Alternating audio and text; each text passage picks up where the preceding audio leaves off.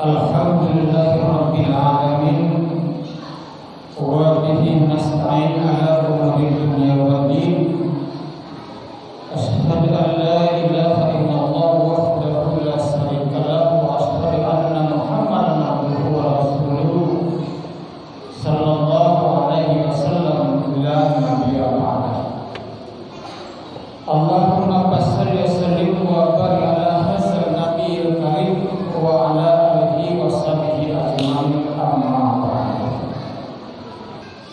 Baiklah Bapak Ibu hadirin kaum muslimin, jemaah yang berbahagia merahmati Allah Subhanahu wa taala.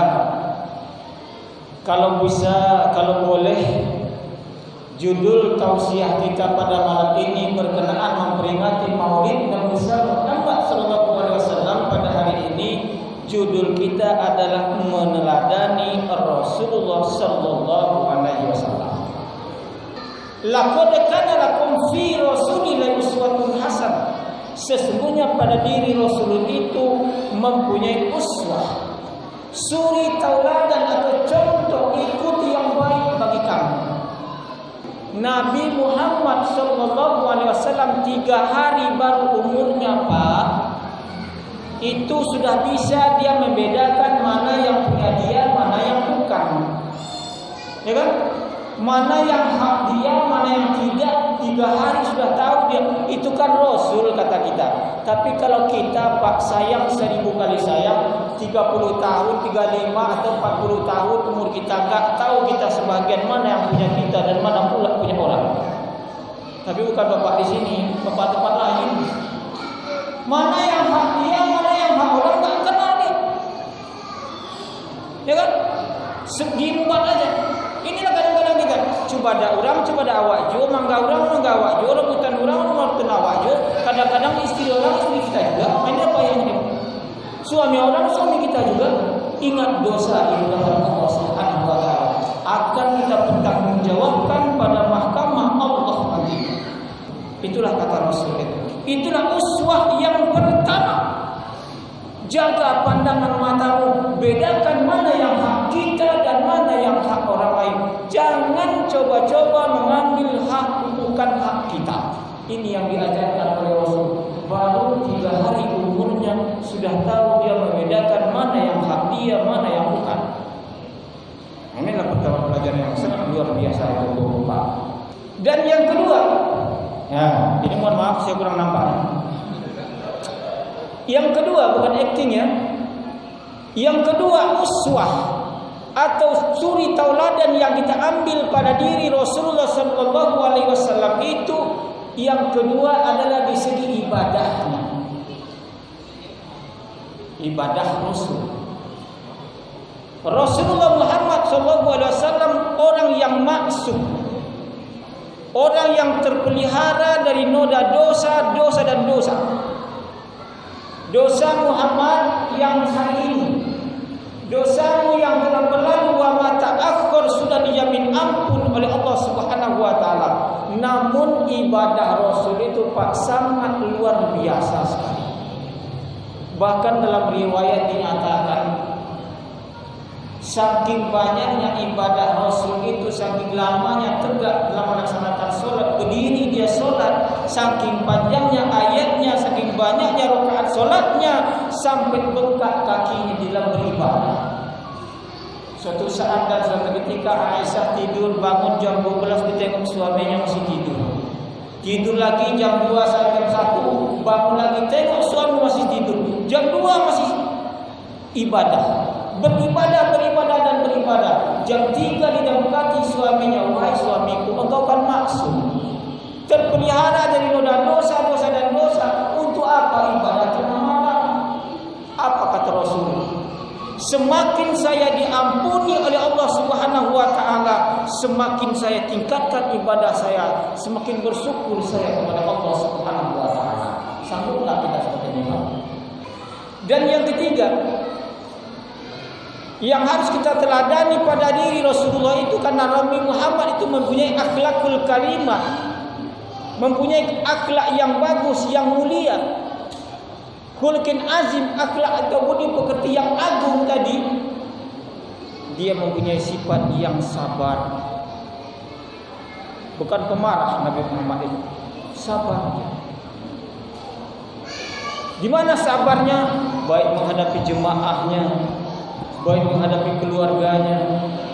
Contoh suatu saat dan suatu ketika, ya, kesabaran Nabi Muhammad SAW. Suatu saat dan suatu ketika Nabi Muhammad SAW pulang agak malam. Itu kebetulan banyak pertanyaan-pertanyaan dari jemaah, dari sahabat-sahabat. Nabi Muhammad pulang agak larut malam. Diketuk pintu oleh Nabi Muhammad. Assalamualaikum. Tidak juga bangun istri. Diketuk kedua kali. Assalamualaikum katanya. Enggak juga bangun. Ketuk yang ketiga kali. Assalamualaikum. Enggak juga bangun istri. Apa yang terjadi waktu itu? Pak, di situ letak kesabaran seorang suami menghadapi istri. Diambil serbannya ini, dibentangkan di atas, di depan pintu, tidur Nabi Muhammad di situ. Yang anehnya, yang biasanya Nabi Muhammad itu jauh lebih cepat bangunnya daripada istrinya, yang kali ini pulas tidurnya di depan pintu.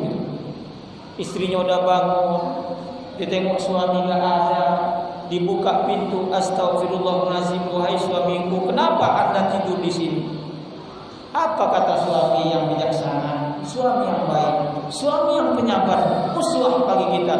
Apa katanya? Wahai istriku, kalau seandainya beduk saya bunyikan di sini, sirine saya bunyikan di sini, Allah tidak mengizinkan engkau bangun, engkau tidak akan bangun. Bukan dipukuli istrinya, tidak. Yang keempat itu adalah Nabi Muhammad itu uswah bagi kita, mempunyai akhlak karimah, akhlakul yang mulia. Banyak sekali itu mempunyai Nabi Muhammad itu mempunyai budi yang mulia. Di antaranya Nabi Muhammad itu punya sifat siddiq, yang kedua amanah, fatonah dan tabligh dan lain sebagainya. Lebih kurang 13 tahun Nabi Muhammad mentabligkan, tapi bukan segampang membalik telapak tangan. Allah itu esa, Allah itu satu, enggak, Allah itu enggak dua, Tuhan itu enggak tiga, Tuhan itu enggak empat, enggak ada anak, enggak ada ibu. Tuhan itu satu. Lam yalid wa lam yulad, tidak beranak dan tidak mungkin diperanakkan. Itulah Tuhan. Jadi kalau seandainya Tuhan kita tiga, Pak, keliru. Yang mana mau kita sembah itu? Ya kan? Kalau orang nyembah Tuhan yang ini cemburu dia nih. Oh, yang ini menyembah ini, yang ini cemburu nih. Bisa-bisa kalau tiga Tuhan mengundurkan diri satu. Kenapa mengundurkan diri Han? Saya nggak ada yang nyembah, berarti saya mengundurkan diri aja lah dari Tuhan. Nah, itulah bahaya. Jadi Tuhan itu, Tuhan umat Islam ini adalah satu esa. Ini yang diterapkan, ini yang diajarkan oleh Rasulullah Muhammad SAW. Bagaimana agar supaya dia bisa mengenal Tuhan itu satu, keesaan Allah, mentauhidkan itu, maka yang kedua dimasukkan oleh Rasulullah Muhammad SAW ilmu pengetahuan. Nah, inilah sering dan sejalannya, berangkai dia semua, Pak. Bagaimana kita memahami agar supaya kita yakin, seyakin-yakinnya, hakul yakin, betul-betul beriman kepada Allah Subhanahu wa taala. Yang patah orang mengatakan enggak lekang kena panas, enggak lapuk kena hujan, itu Pak harus ada ilmunya, ilmu pengetahuan. Inilah yang diterapkan oleh Rasul. Carilah ilmu itu tutuplah ilmu itu dari ayunan sampai ke liang lahat, tak ada batas kata. Untuk apa ilmu itu, Pak? Agar supaya kita tidak terjebak kepada amalan-amalan yang enggak ada tuntunan. Ada 3 orang santri dipanggil oleh tuan gurunya, kiai. Inilah ilmu pengetahuan. Boleh dikatakan yang pertama si A, yang kedua si B, yang ketiga si C. A kata kiai, ya saya kiai, sini. Panggil si B sini, ya kiai. Yang ketiga si C, sini kiai, ya kiai. Apa kata kiai tadi? Wahai santriku yang 3 orang, si A, si B dan si C, nampaknya sudah saya pandang dan saya perhatikan, sudah saya analisa dan sudah saya putuskan. nampaknya kalian bertiga inilah santri terbaik tahun ini. Tapi saya mencari satu di antara yang terbaik. Satu di antara yang baik.